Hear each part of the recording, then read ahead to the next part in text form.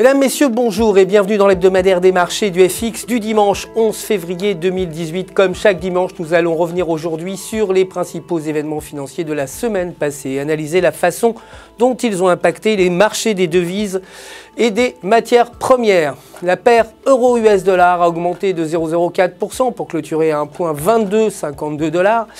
Et la paire livre US$ a baissé quant à elle de 0,62% en terminant la semaine à 1,3827.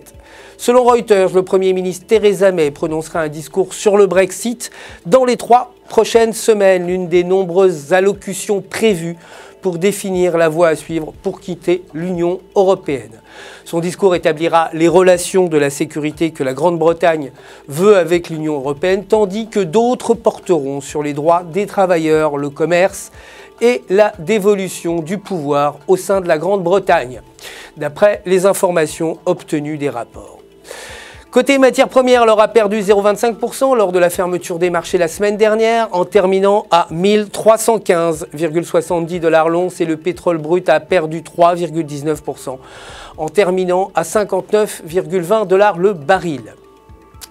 Uber Technology Incorporation a accepté de verser 245 millions de dollars de ses propres actions à l'unité de véhicules autonomes Waymo d'Alphabet Incorporation pour régler un différend juridique sur les secrets commerciaux permettant au directeur général d'Uber de dépasser l'une des controverses les plus difficiles.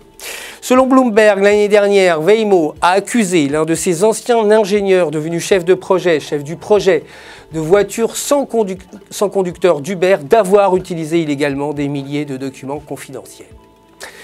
Pour terminer les indices, le Dow Jones a terminé la semaine en hausse sur une hausse de 1,38%, clôturant à 24 190,90 points. Le S&P 500 a augmenté de 1,49%. En clôturant à 2619,55 points. Et enfin, le Nasdaq a gagné 1,44% en clôturant la semaine à 6874,49 points. Voilà, c'est le résumé des événements financiers de la semaine dernière. Je vous retrouve dès demain pour la suite de l'actualité des marchés du FX au quotidien. D'ici là, restez connectés, évidemment, sur www.ufx.com.